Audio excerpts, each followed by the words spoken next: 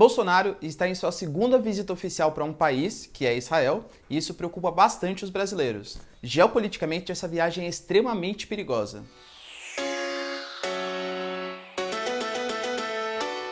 Fala galera, beleza? Também tá legais? Tranquilos de boa? Então tá, ó. Pra quem não me conhece, meu nome é Ricardo Marcílio. E antes de qualquer coisa, eu já peço pra vocês, se vocês gostam de geopolítica, gostam de atualidades, notícias, enfim, se manter sempre atualizado, se inscreve no canal, deixa seu like, compartilha esse vídeo e vamos fazer o nosso canal aqui crescer bastante, hein? Conto muito com a ajuda de vocês. Espero que possa contar, hein? Posso contar? Olha lá, hein? Então tá. Galera, é o seguinte. Nós tivemos aí agora, né, recentemente, o governo Bolsonaro não tá numa das suas melhores fases. Acabou de sair não, né? Faz uma semaninha aí, saiu uma pesquisa mostrando que o Bolsonaro tinha caído um pouco a sua popularidade em detrimento de quando ele foi eleito. A gente está numa crise entre o Congresso e o Poder Executivo. A reforma da Previdência a gente não sabe se ela vai realmente ser votada, se ela vai passar. Mas enfim, é um momento, o MEC, né, numa crise muito grande também, até as provas do Enem podem vir a atrasar, olha que coisa, né? Enfim, tá um momento meio complicado, meio conturbado aí, mas o Bolsonaro ele já tinha marcado previamente a viagem, e ele vai visitar o primeiro-ministro israelense, Benjamin Netanyahu, Netanyahu. O Benjamin Netanyahu, ele é um cara, assim, bastante considerado uma direita israelense, tá? Israel, galera, só para vocês não se perderem, é um país que forma ali a Palestina, a antiga Palestina. A Palestina ela foi dividida pela ONU no pós-Segunda Guerra Mundial e ficou uma parte para os árabes, que hoje é mais ou menos ali, né, a Cisjordânia e a faixa de Gaza, e o território para os judeus, que seria Israel. Fato é, galera, vários países árabes, eles nunca reconheceram o território de Israel como um território realmente legítimo. E o Brasil, ao longo da sua história, ele sempre votava ou de maneira neutra ou contra os israelenses. Por exemplo, a gente sabe que Israel faz questão, principalmente com Benjamin Netanyahu, ele faz questão de criar assentamentos na Cisjordânia.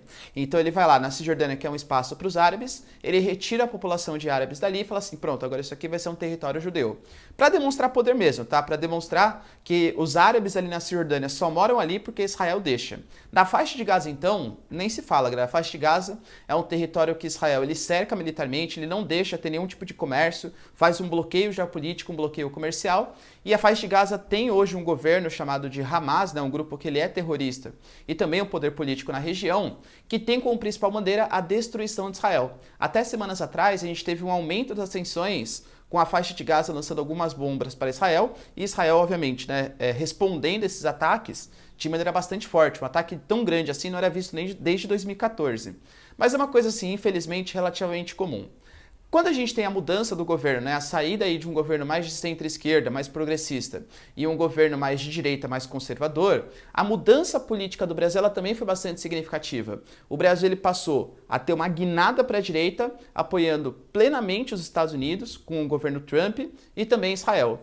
Isso já gerou algumas insatisfações de alguns países árabes, porque os árabes ali, em geral, eles são contra os israelenses. Por exemplo, a gente teve a Arábia Saudita, que é uma das principais importadoras de carne, tanto de carne bovina como carne de frango do Brasil, anunciando que ia cancelar as importações de algumas das nossas exportadoras. Por quê? Com uma espécie de retaliação.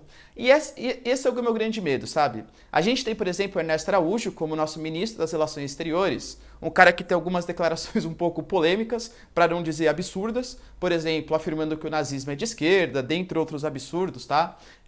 Enfim, bem lamentável esse tipo de política, porque desmoraliza completamente a produção de conhecimento. A Alemanha já respondeu, falou, não, o nazismo ele é de extrema direita. E não tem nenhum problema para a direita, porque a gente sabe que nem toda a direita é uma extrema direita, percebe? É que nem a esquerda, falar, poxa, é que nem um cara de esquerda falar assim, ah não, olha, o Stalin na verdade ele era de direita. Ou o Mao Tse Tung, ele era de direita também, percebe? É absurdo isso. Os dois extremos, qualquer totalitarismo, qualquer ditadura, ela é nociva para a sociedade.